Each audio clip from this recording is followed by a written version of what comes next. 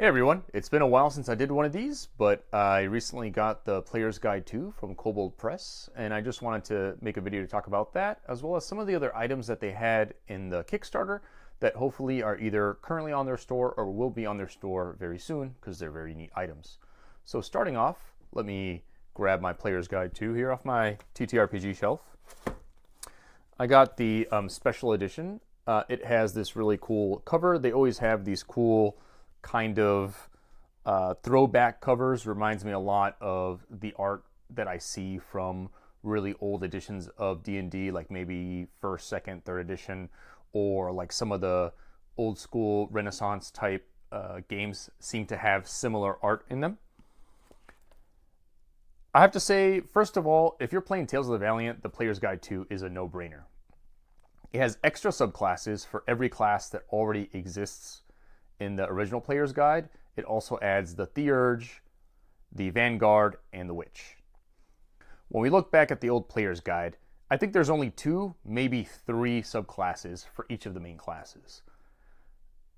In various videos where Kobold Press has talked about their design process, including when they were doing the Kickstarter for Player's Guide 2, what they mentioned is that they had a lot of ground to cover in the first Player's Guide, and only so many pages that you could realistically do in a Player's Guide before the book starts getting unwieldy and you have to start charging too much money for it.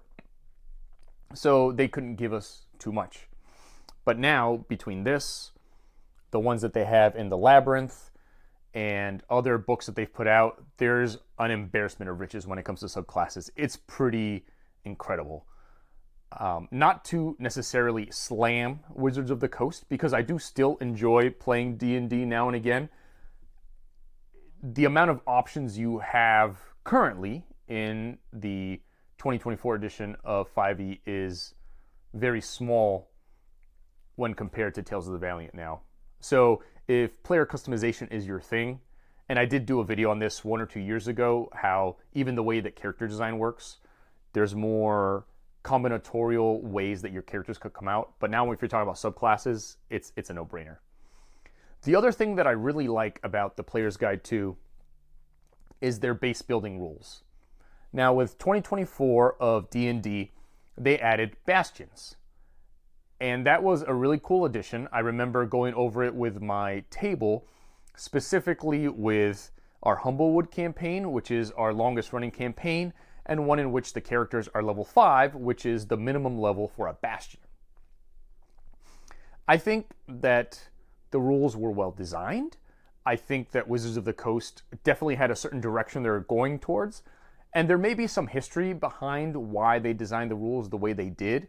Maybe going back to older versions of D&D, maybe they're copying the Castles book that Matt Colville put out. I'm not entirely sure. But I felt like the rules didn't really work well. I felt like, especially for the type of campaign we were running, it's kind of a stretch. A lot of it involves having to have minions and your Bastion being attacked every so often and stuff like that. I think for some people, it could be great. And I do think in their latest Faerun books, I think they did expand on the Bastion rules a bit, but it just didn't mesh with our table.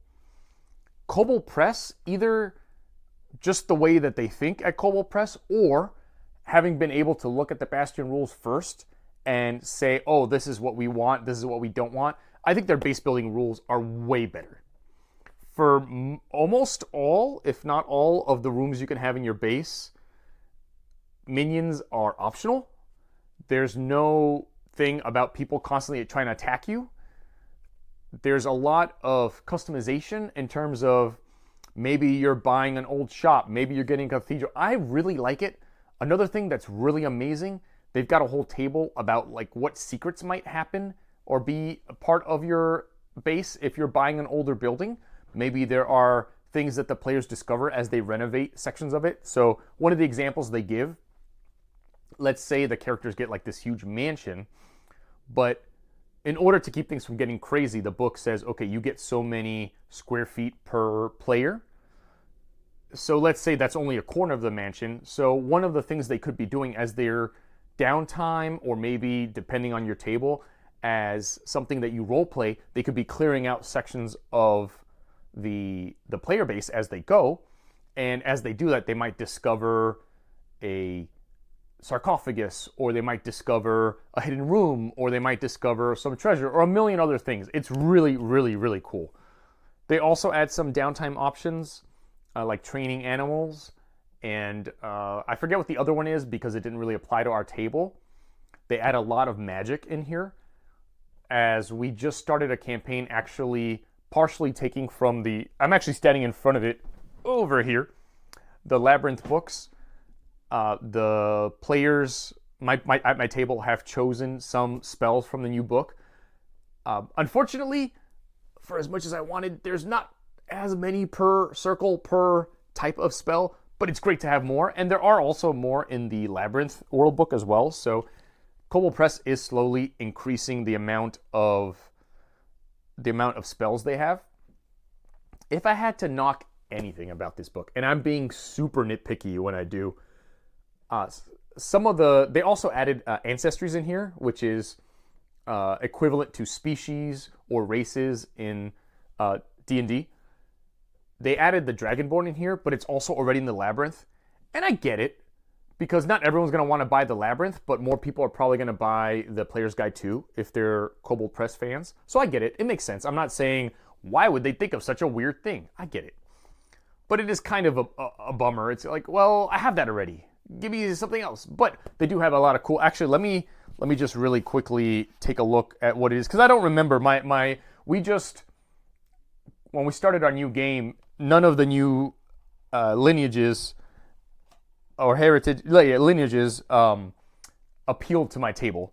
So we've got the Dampier, which is a human vampire hybrid, the Dragonborn, which I just mentioned, Elemental Scion, the Gearforged. That's another one that's also in the Labyrinth. Although I like the art in here better. For some reason, the one in the Labyrinth with the human face and the gear body, it's like really uncanny valley. The one in here is a lot more similar to their Midgard Gearforged art, which I prefer much more.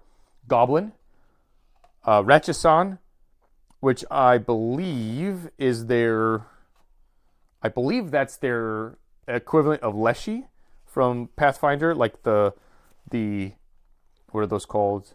Yeah, plant. Yeah, so it is the equivalent of like a Leshy in Pathfinder, and then a Shade, which of course is like somebody that died, and then the Tusculi, which is a insectoid people. I guess you would kind of compare it to the Shirin in Starfinder. So those are the ones they added. Like I said, they added a lot more heritages, a lot more. Oh, that's right. I forgot to say they expanded the beastkin types. How could I forget the Sapova, which are frog people, and so they also have the Drow elves and sea elves and Dwarger dwarves.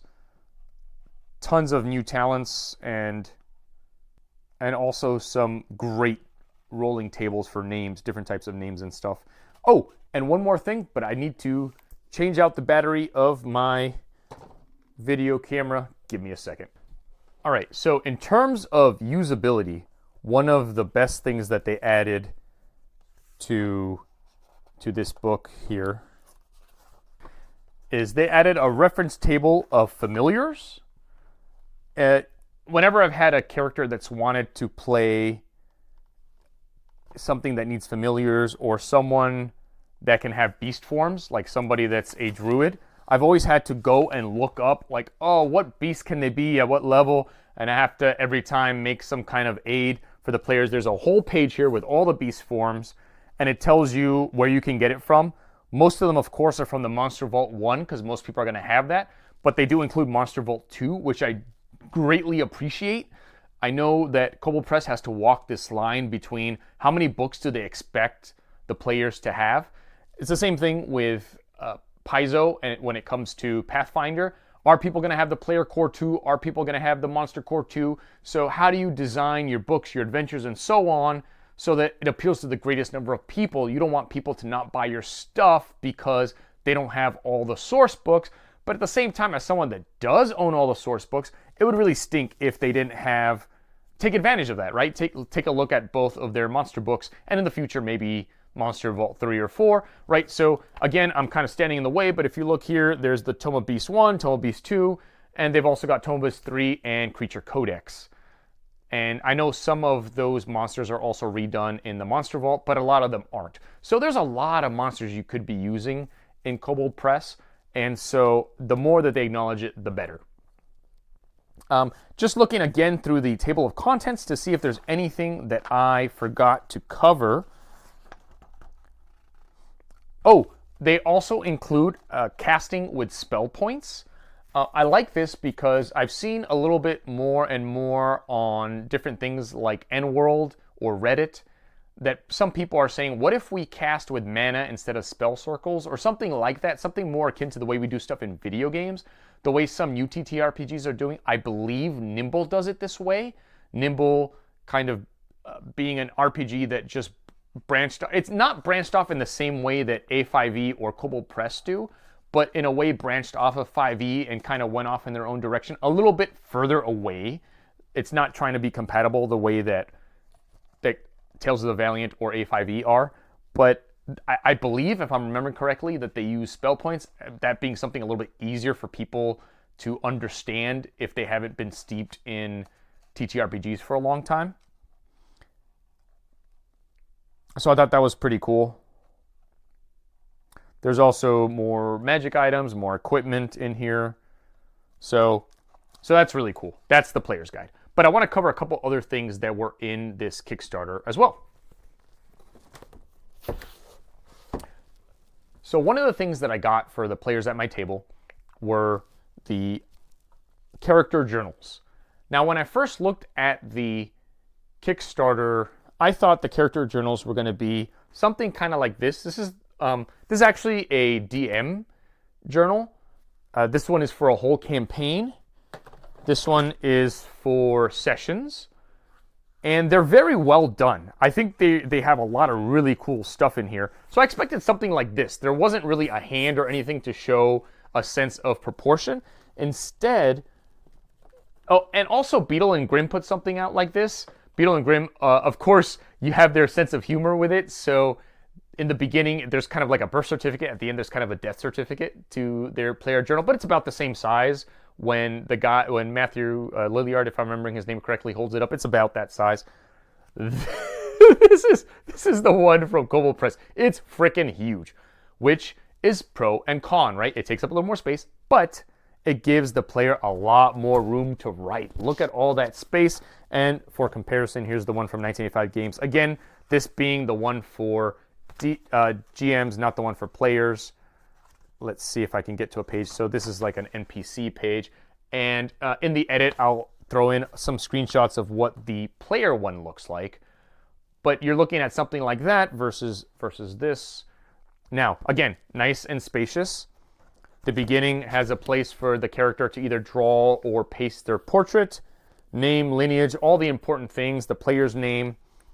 And then after that, it's just well, there's a campaign notes here for the whole campaign, the first 2 pages. The villains, the allies. Oh, house rules and session 0 notes. That is great because, as you guys know, either just from your own knowledge or for having seen some of my old videos or read my blog posts, you know that I really am a huge fan of session 0, of establishing what your table is going to be like. What are your rules? Are you guys going to use lines and veils? Are you going to be more willy-nilly? Are you allowing sexual content? What does a Nat 20 mean? Because rules as written for most systems, Nat 20 only applies to a combat, not necessarily to all your skill checks, but a lot of people have a house rule where it applies to every time you roll your 20, right? So I think it's great to have that there because that way you remember, here's what we're doing, base notes, if you happen to have a player base, party members, and then after that, it's a bunch of session logs.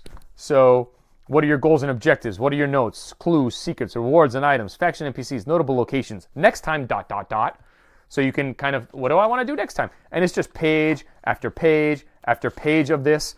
I would say I didn't literally count the pages, but for any reasonable length campaign, there's enough pages in here for the whole campaign, unless you guys happen to meet like once a week for a whole year or something like that.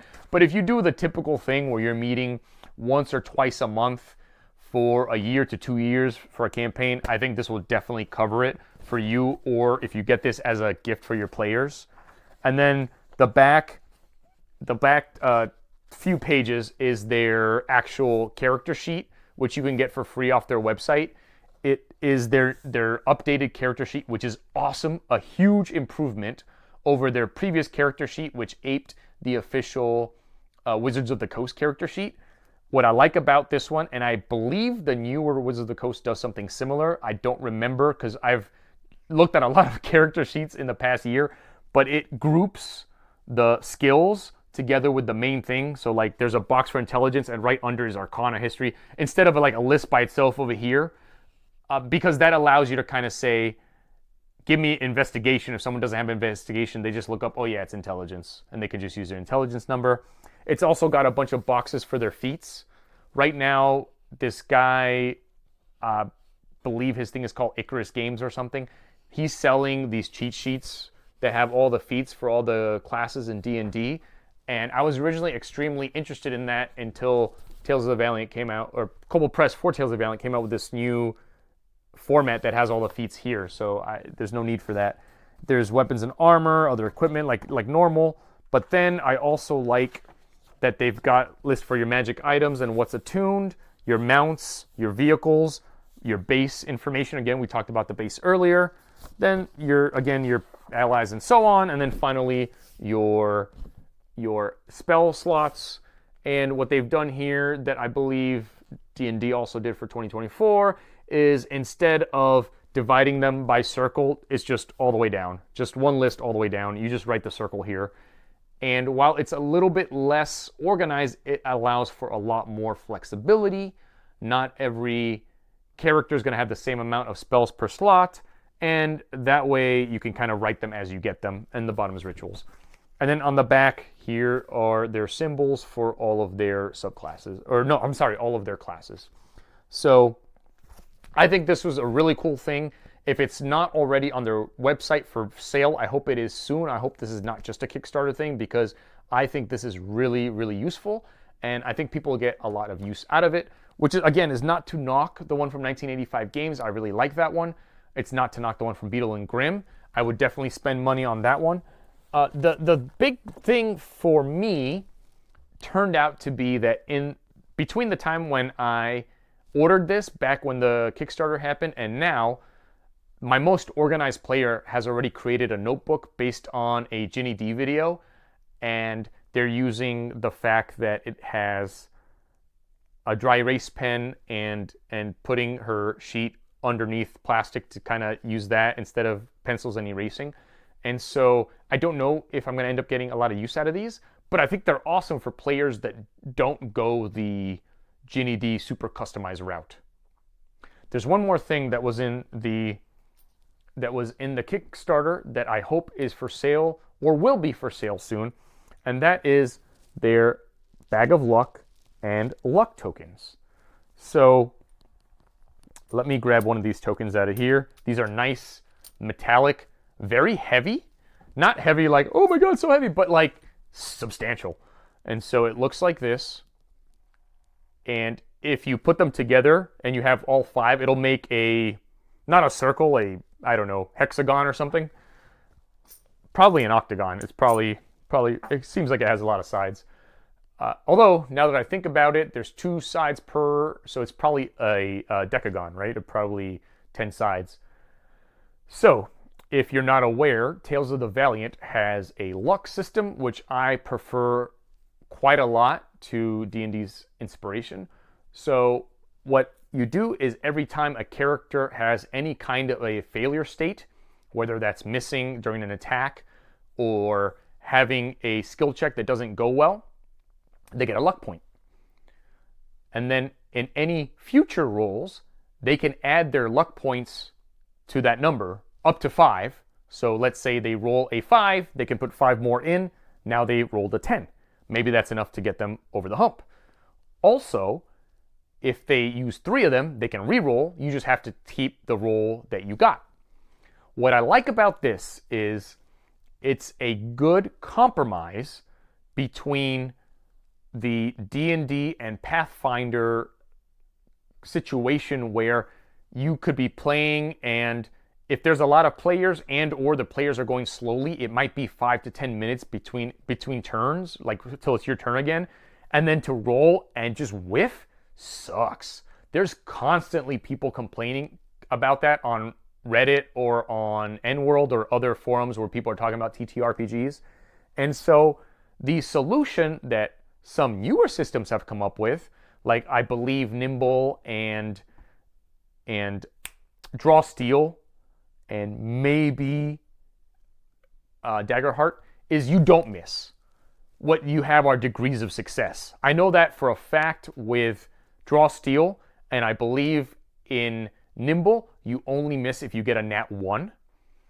I don't remember for Daggerheart because I've only seen 1 or 2 actual plays with Daggerheart.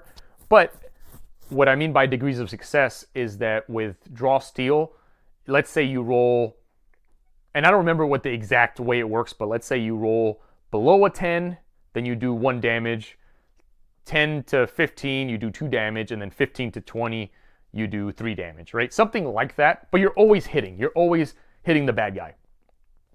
Now, like anything else on the internet, this is somewhat controversial. Some people think this is awesome. You're a hero, why should you miss? Some people feel that that's kind of like playing t-ball instead of baseball. That part of the fun of playing a TTRPG is that you might miss, and that makes the fact that you hit so much sweeter. I could go either way. I think there are pros and cons to either way. But what I like about the luck system is that even when you lose, you still win. Because yes, you missed this time, or you didn't get your save this time, or you didn't get the skill check this time, but next time you have more points that you can apply to it. How much fun this is for the players is going to depend a bit on the GM and how they run things. The one game where I get to be the player and the games that I GM for my players, I tend to let people know whether or not using their luck points will get them over the hump. I don't want them to waste them if they're going to still miss or lose, but I don't want them to miss a chance when they could succeed if they use their luck points. So if I know how many luck points they have and they're 1 or 2 or 3 or 4 or 5 away, I can tell them, hey, you could use luck and improve the situation. So, great, but why does this mean you should get these tokens, right? I think it was like $15 a bag. I might be overstating it, but I think it was something like that.